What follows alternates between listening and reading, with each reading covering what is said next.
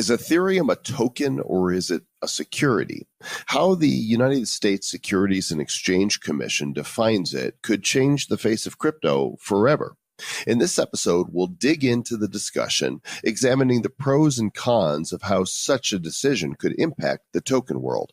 Also, the Crypto Chicks are back for an interview with Michael Juan, the chief scientist at CyberMiles. Rachel and Sarah discovered how CyberMiles is building a blockchain of their own, specifically for e-commerce. We're Googling things so you don't have to, and if you calculate the time we're saving you, it's got to amount to at least one Satoshi.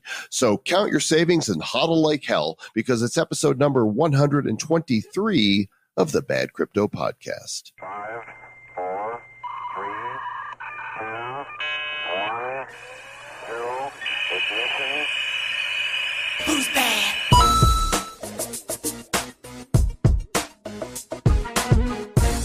This is Eric from Bismarck, North Dakota. You're listening to the Bad Crypto Podcast. Stay bad.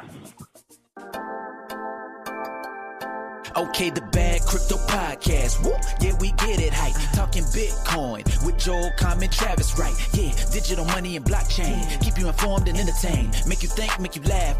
But remember, stay bad. The Bad Crypto Podcast. Let's go.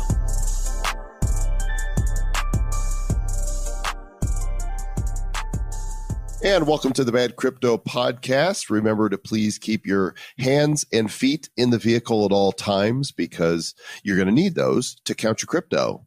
I'm Joel Comm, and we're glad you're here. What's your name?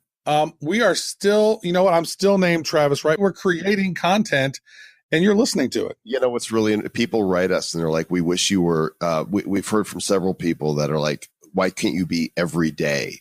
And we're like, because you don't know how hard it is to just talk to Travis all the time. It's I know. At least we stopped doing videos, because then we had to look at each other. But we're going to start doing videos. We're going to start doing videos. So see, it's unfortunate. You have to see more of me. I apologize. If we find time, as we're looking at the calendar, things are really getting busy, and it looks like there's plenty of travels ahead. People do have a lot to say, though, about the show, Travis, and we know you might as well. And if you do, then please go review us on iTunes. If you're listening on iOS, go to the iTunes. It's badco.in/iTunes and leave a review for us there. Sometimes I really enjoy reading the bad reviews. And do not encourage them, Mr. Joel Comm. I mean, I don't really like them. So well, this guy says, great waste of time. Follow Andreas Antonopoulos on YouTube and Twitter for videos and articles that are actually valuable. These guys are typical radio DJs. Yeah. You know what was funny to me? There was one on there that gave us 1 star, and he goes, this is horrible. I couldn't even get through one episode. And then I looked at the amount of reviews that this person has given since 2001. It is the 4th review he's ever given. Here's another. He really hated it. Yeah, you must have liked to really speak out. This he's like, I'm going to log in actually and leave a review. I've given 3 others in 17 years. Well, here's the deal. It is a solid 5-star review on iTunes, which thank you for that, everybody. But there's a few 1 stars, and this one here says, awful. The only thing they got right is the name of the show, Bad Crypto. These 2 telemarketing clowns are better suited for a morning zoo show. Their level of understanding of that's good. That's a good compliment. Yeah, their level of understanding of the crypto is that of a 5th grader. Collectively, that's 2.5 grades, 2.5 grades each. Their logic is a combination of half-truths and cliches. Their worldview, a compound of misconception. Their tawdry and offensive personalities are only matched by the sleaziness of their previous dubious professions. Maybe it's time that you clean, Travis, about being a lady of the night. Nice. Oh, my. That's good. But, I don't talk about the days when I was a hooker. I try to keep that in the past. Leave that to John McAfee. Wow. So we got some fans, we got some unfans, and that's the way life is. And you know what? All you can do is stay bad and do good stuff. And that's all you can do. Yeah. So we've got the crypto chicks in this show for you. In fact, they've brought us a great interview with Michael Wan of Cyber Miles. And if they got a token coming out, the CMT token, and they recently announced a collaboration between themselves and the Dallas Mavericks. So if you're a basketball fan, you can actually use CMT tokens to buy Mavs tickets. So, well, we'll get to that in a little bit. But first of all, we've got a topic that is in the news right now. And actually, by the time this show hits, some of what we're going to talk about may have already actually happened. So let's do it. Well, maybe we'll try to get this out as soon as possible, because this is some big news. And it's one of those things. I know we've had conversations when we were in New Orleans about this. This has been some of the buzz is Ethereum a security or is it a utility token? And that's been a big point of conversation, because that is going to could change the face of the crypto game, depending on how this is ruled, Mr. Jocom. Yes. If U.S. regulators determine that Ethereum should be classified as a security, and remember, Ethereum's number 2 in the crypto market cap, just behind, granddaddy Bitcoin. It's like Bitcoin's, I don't want to say Bitcoin's little brother, because that would be Litecoin. So maybe it's cousin, Ether. Mm-hmm. And if it is a security, then the case could be made that they should have registered with the SEC in 2014 when it launched. Right. Now, there's another great article out here that the Ethereum says it was never a security. And actually, the Ethereum co-founder refutes the claims of this and actually saying that we spent a tremendous amount of time with lawyers in the U.S. and in other countries and are extremely comfortable that it is not a security. It was never a security. Many regulators that matter understand what Ethereum is. So this is a good place for a little edumacation. Something we've learned about since we got into tokens and crypto is something called the Howey test. And the Howey test is what the Supreme Court, they made a decision in 1946 to decide whether or not something is a security. And it actually goes back to this case, the SEC versus W.J. Howey Corporation. And Howey sold a portion of its citrus farms to investors who bought the land in the interest of earning profits from the citrus farming operation. It was eventually deemed to have been a securities contract by the Supreme Court because of this definition given by Justice Murphy. He said, the scheme involves an investment of money in a common enterprise with profits to come solely from the efforts of others.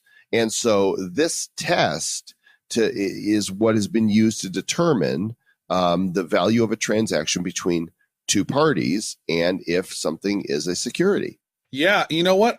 I would be curious to see. I think that is a possibility, and we would be a long way from this happening, but it would not surprise me if cryptocurrency and this whole thing ends up going to the U.S. Supreme Court.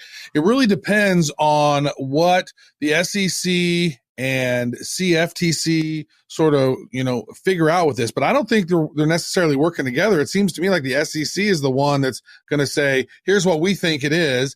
And I don't know. It doesn't really seem to be. Is there like a coalition? Are they actually working together to solve the problem, or are they all trying to solve it independently? Well, I don't know. Nobody really knows, and that's why everybody's waiting to see what they say. And here's the deal with this: that if they do determine that it's a security, then it's going to courts. Like this is not something that would get resolved quickly. And I would think that if Ethereum is a security, guess what? That means all ICOs, all cryptocurrency would be a security. And so I think that the court cases on this, what would happen to the crypto space over time, if they determined that this was a security? Mm-hmm. Well, I mean, we've talked about this before. If you have a hammer, everything that you see looks like a nail. So they're all trying to fit it within their box.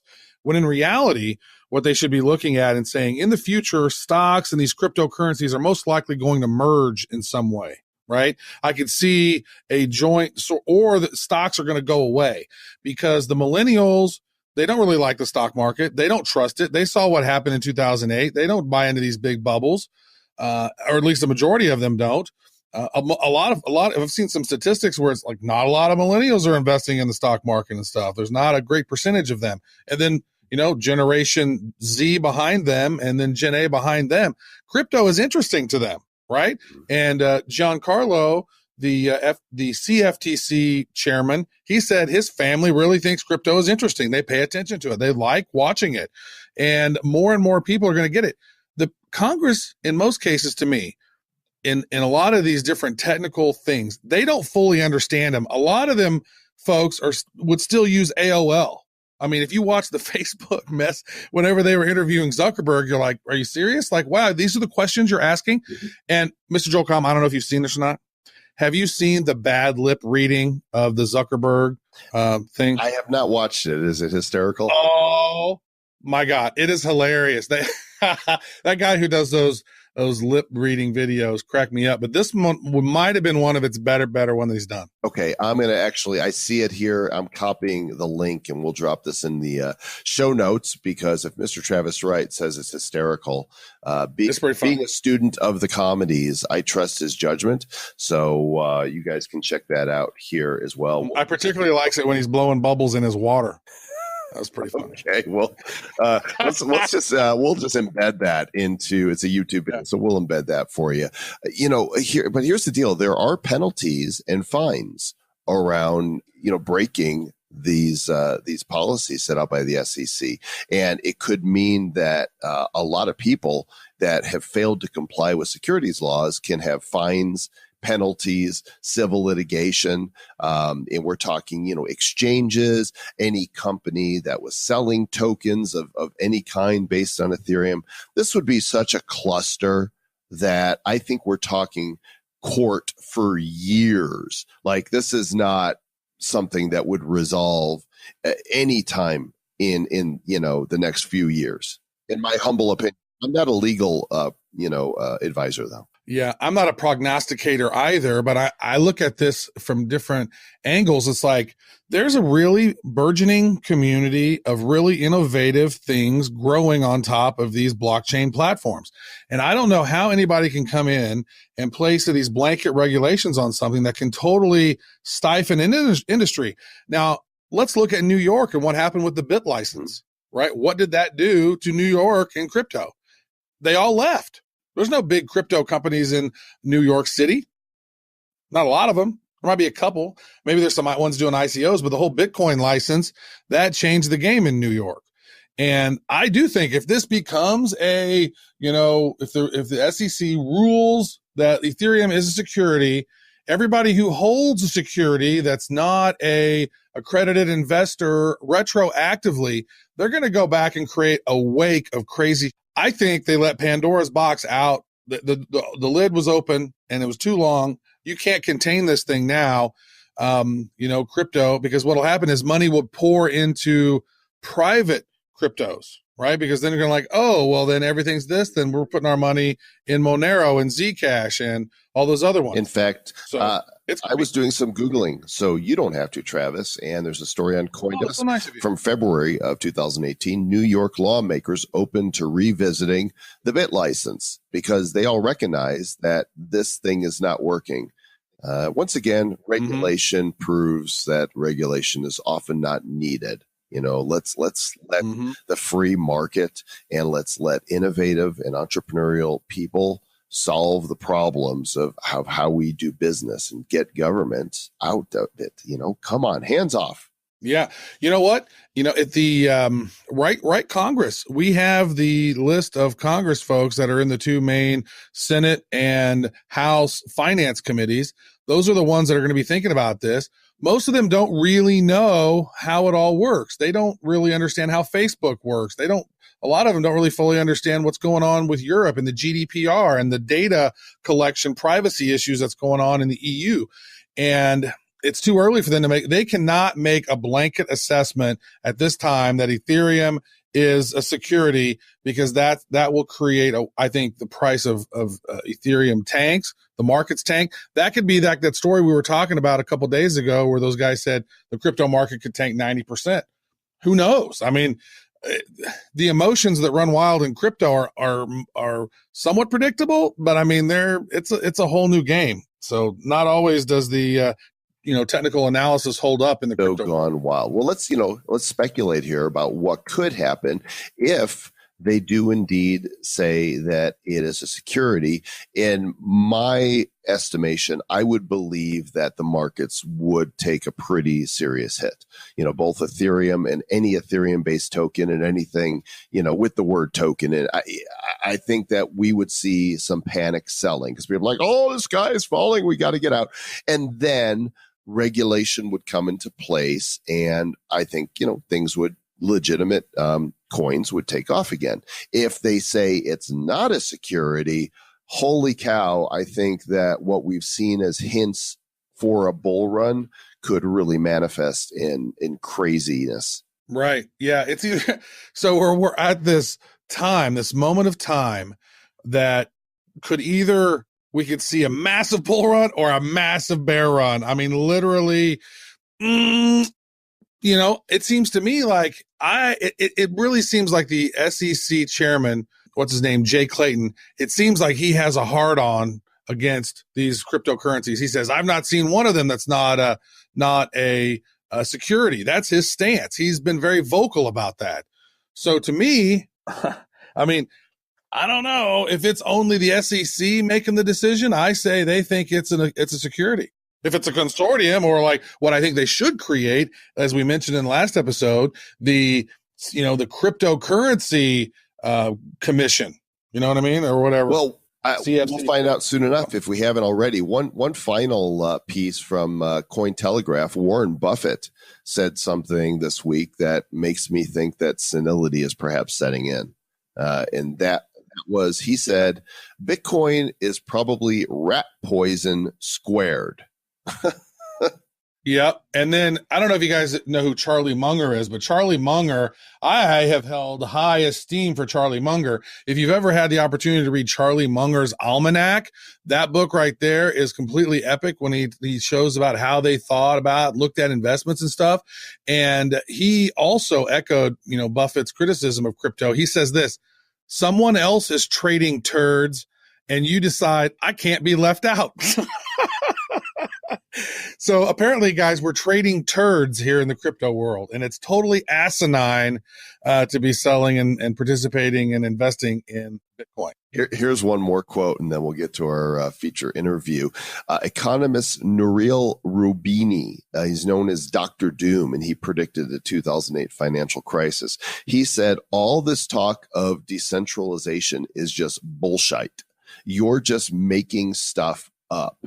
Well, I mean, yes, that we are making it up, right? The Bitcoin was made up, but so was, fiat currency. So was every system. Everything's been made up. Like, we have to create everything. So he's not incorrect that decentralization was made up, but that doesn't mean it's bad. Yeah.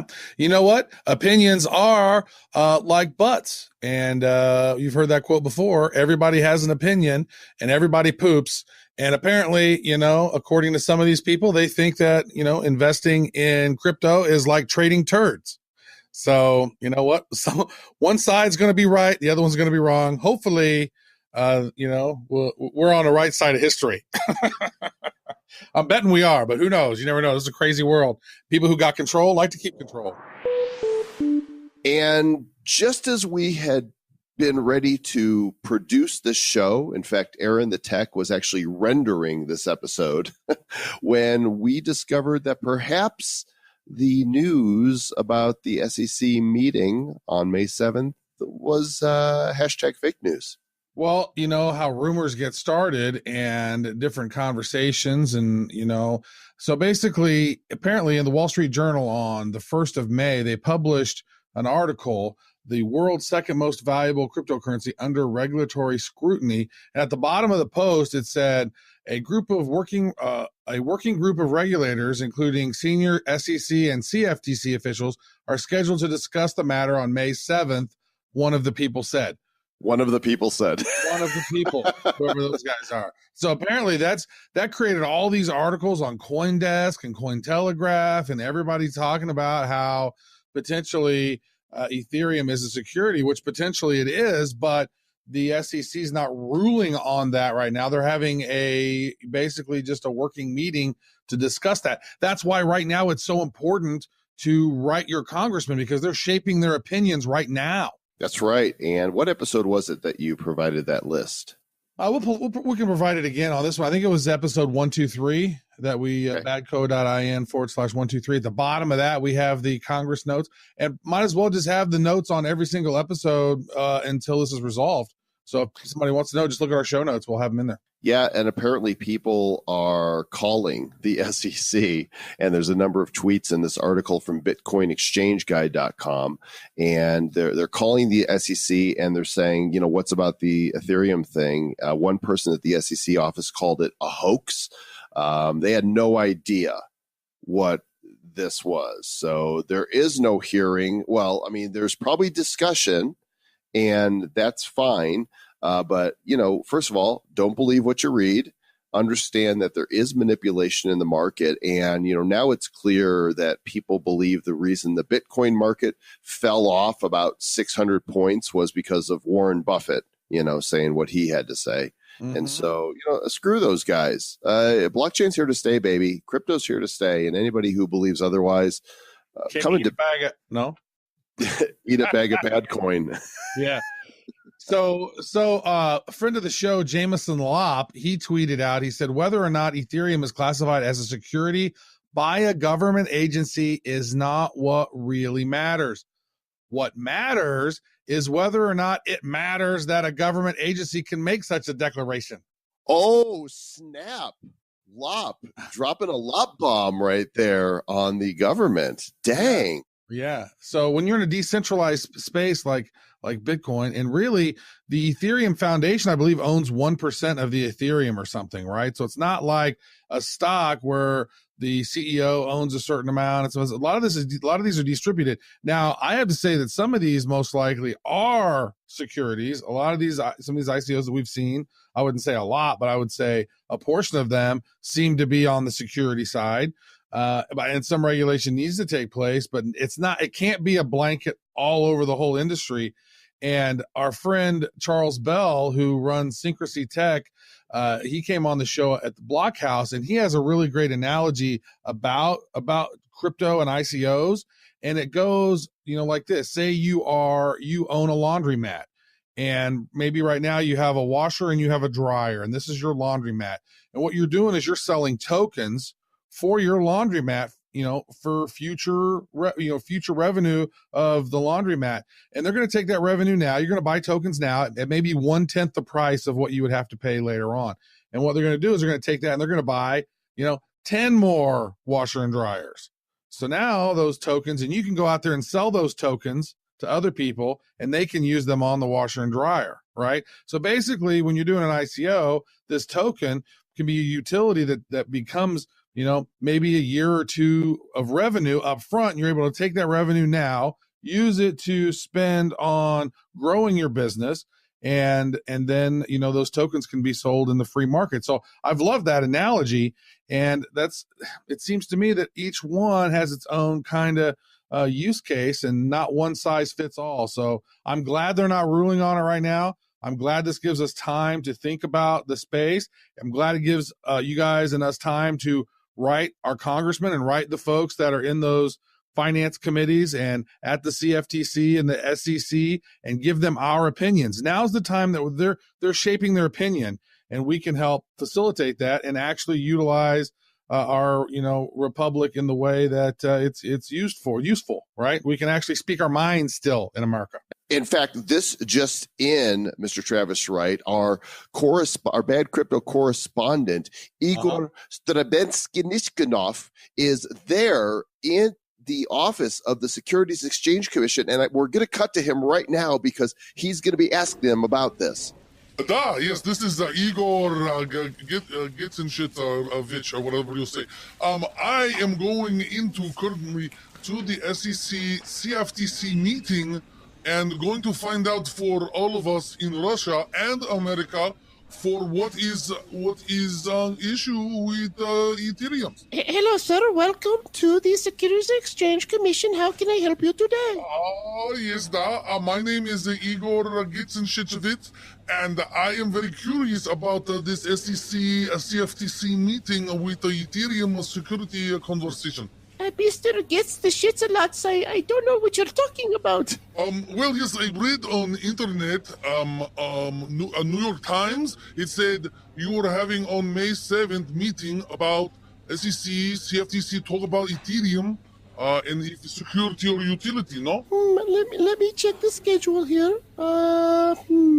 Let's see, bacon and eggs for breakfast, a meeting with the president to make America great again. I don't see anything on here about the SEC meeting about what did you call it? Iberium? Wabium? What is that?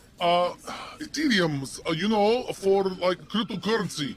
I tell you what, this is a blow out your ocean ploho.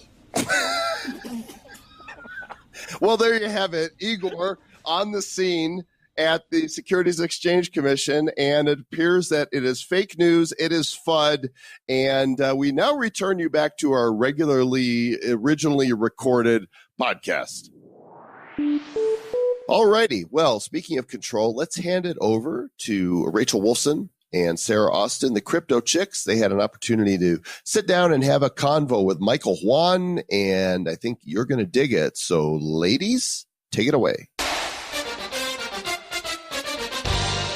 We are here with an e-commerce and blockchain expert, Dr. Michael Juan. He's the chief scientist of the CyberMiles Foundation. Hi, Michael. Welcome. Hi, Rachel. How are you? Great.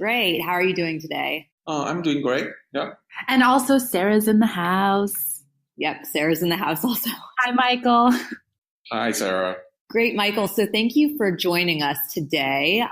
There's been a lot of talk going on lately about Amazon, how they've recently been granted a patent. And since you're an e-commerce expert, I thought it would be great for our listeners to better understand what CyberMiles is doing in the e-commerce and blockchain space. Well, CyberMiles Foundation was created last year because we see a problem in today's e-commerce space. What is the problem? The problem is centralization. If you look at the two biggest economic powers in the world, United States and China, the richest person in the United States and the richest person in China are both founders of e-commerce companies. One is called Amazon, and the other one is called Alibaba, right? That's. However, when you look at the work that they do, they are network builders. They are unlike traditional companies where you have, vertical integration, where you have, workers that you have to pay, suppliers, and all that. Today's e-commerce companies or internet companies in general are very much network builders, and they have a corporation sitting on top of the network. Once they build the network, it becomes really obvious that they're going to seek rent, right? So this rent-seeking behavior is going to dominate in a network economy. And in this scenario, it's really a winner takes all. There's nobody going to care who's the second biggest network for e-commerce. Everyone going to want to be on the biggest network of e-commerce. And in this case, there's really no chance for small players or for small businesses to be even, to escape the tax, right?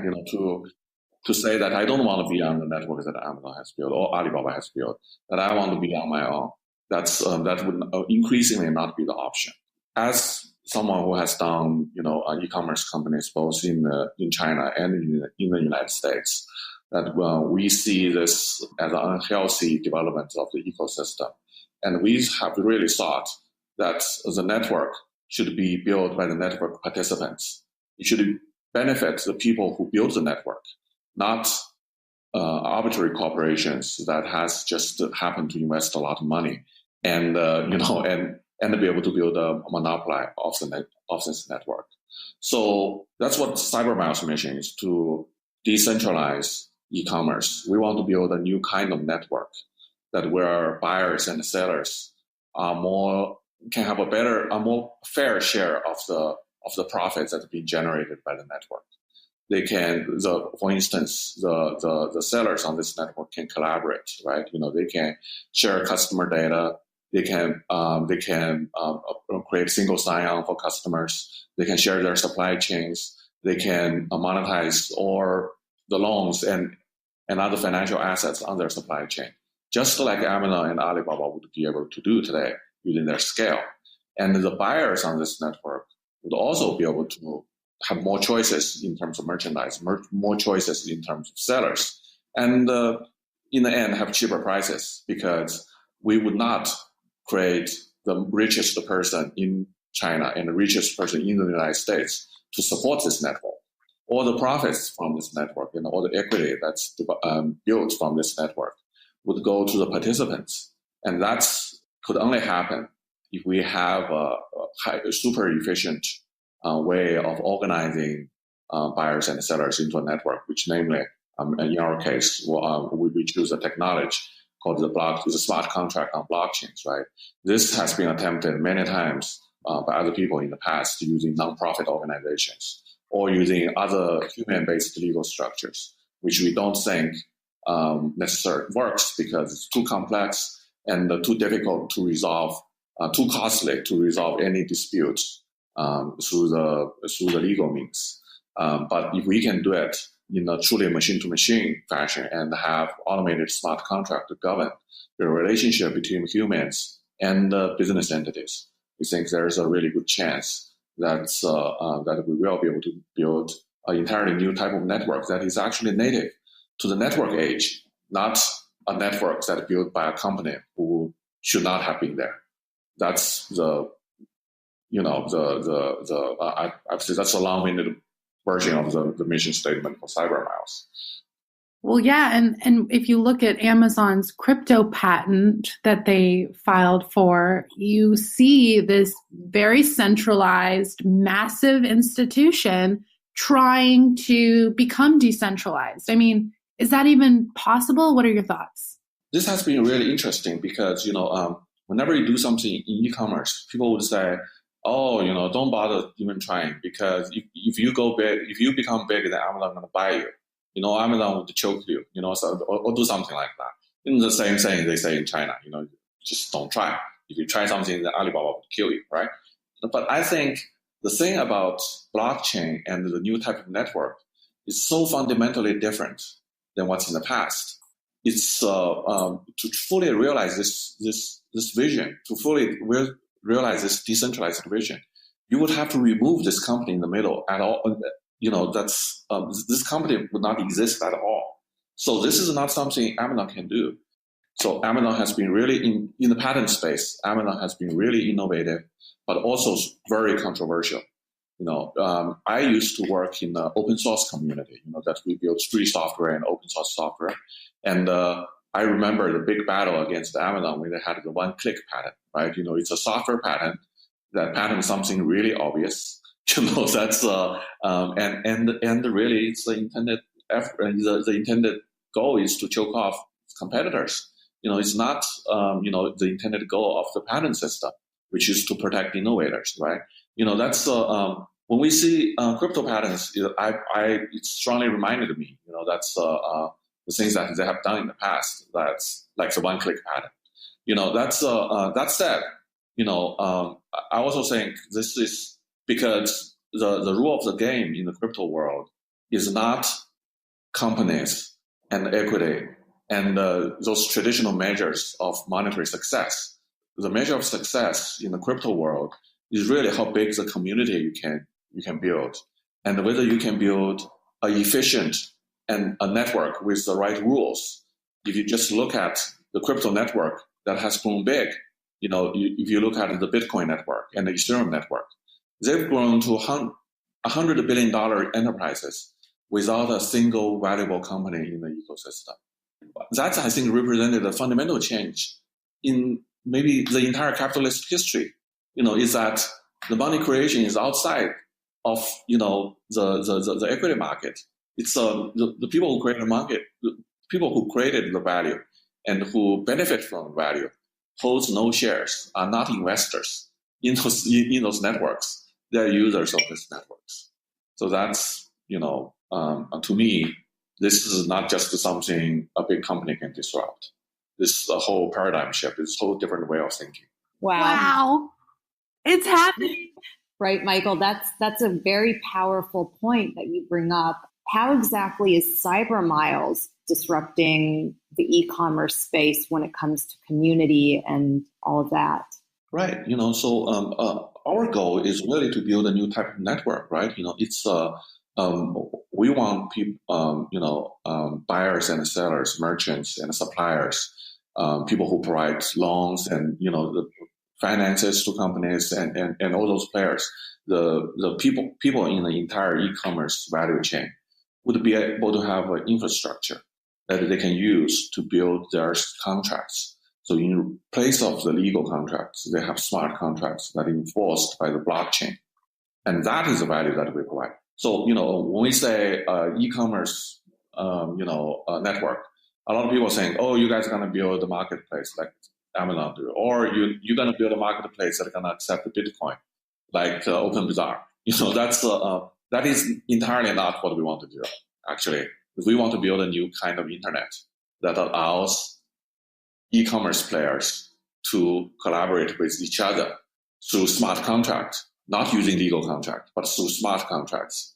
And that, we think, going to create the next e-commerce giant, or the next e-commerce network that ensures the value from the network is fairly distributed among all the participants without anyone, including us, including CyberMiles, would not be able to seek rent on this particular network. Speaking of community, Michael, I hear you guys are very big in the Dallas community and that Mark Cuban is actually using the CyberMiles token, known as CMT, for fans to purchase Dallas Mavericks tickets. Is that correct?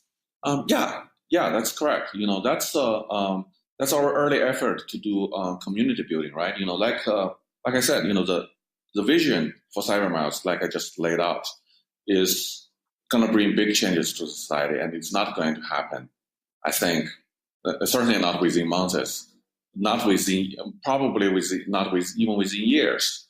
But that's we're gonna maybe have a generation of people working through this vision to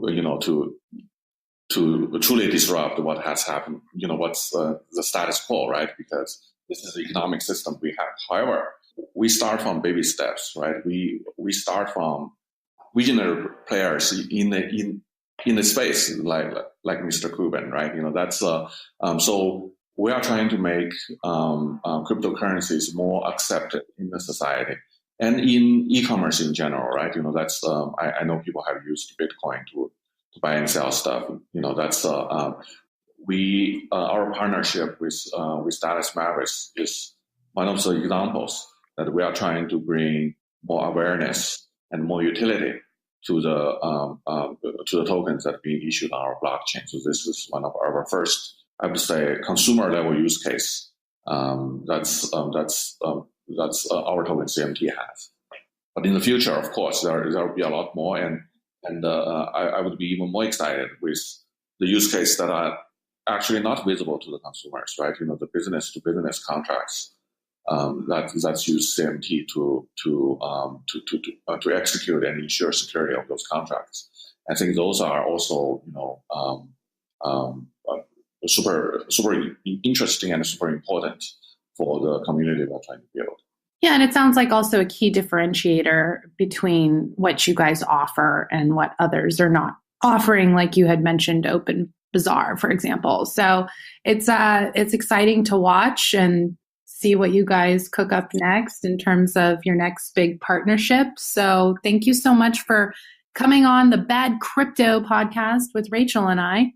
Thank you. Thank you so much for the opportunity. Thank you for joining us, Michael. And we're looking forward to hearing more news from CyberMiles and to find out more about what you guys are doing to disrupt the e-commerce space using blockchain technology and smart contracts.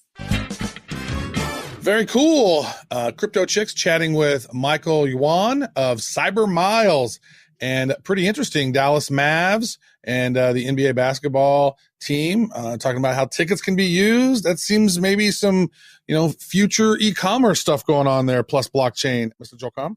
Absolutely. I love to see all these specific, applications of blockchain technology. And of course, the chicks are going to be bringing us some more interviews. And thanks to all of you who like the variety that having a couple of the opposite gender on the show. They're extremely knowledgeable and getting the hang of this interviewing thing. Very true. Very true. Hey, also chatted with Chris Snook, who is my co-author of Digital Sense and also the chairman of the World Tokenomic Forum, which is going on here this week.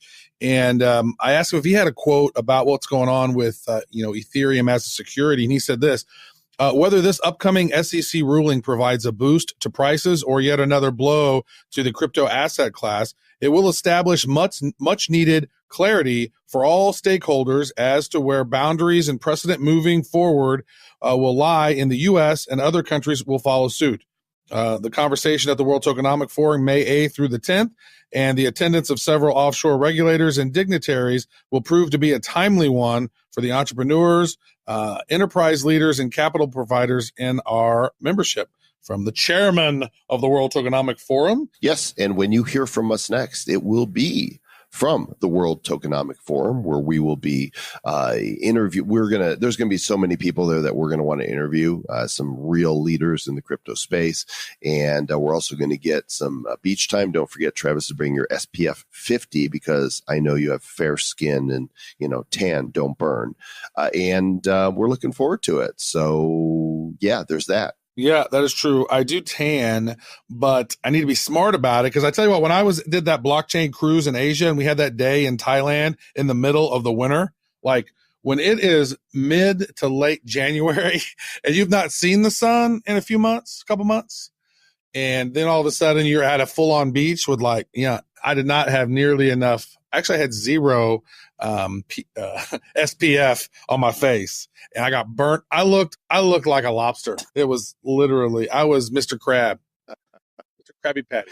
Well, hopefully we will not burn this time, and we're going to bring back lots of great content from you. Thanks so much for listening to the Bad Crypto Podcast. If you haven't shared the show with a friend, somebody that you care about, that you feel like, hey, you guys really need to get with the cryptos, and Travis and Joel are the ones that can be your bad Sherpas, give it a listen. Mm-hmm. Appreciate that. Yeah, I would say this. I always say for people, if you're just starting or you want somebody to start, have them start at the beginning. Badco.in, which spells Badcoin, if you haven't figured that out by now.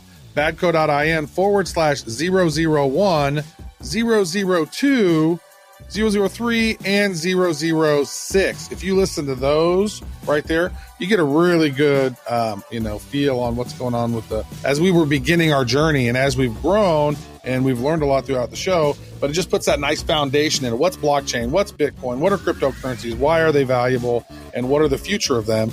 And I think they came out pretty well when we chatted about those first few episodes. And why are you listening to the Bad Crypto Podcast? Well, it's because of one reason, and that is your desire deep, deep down in your soul to stay bad.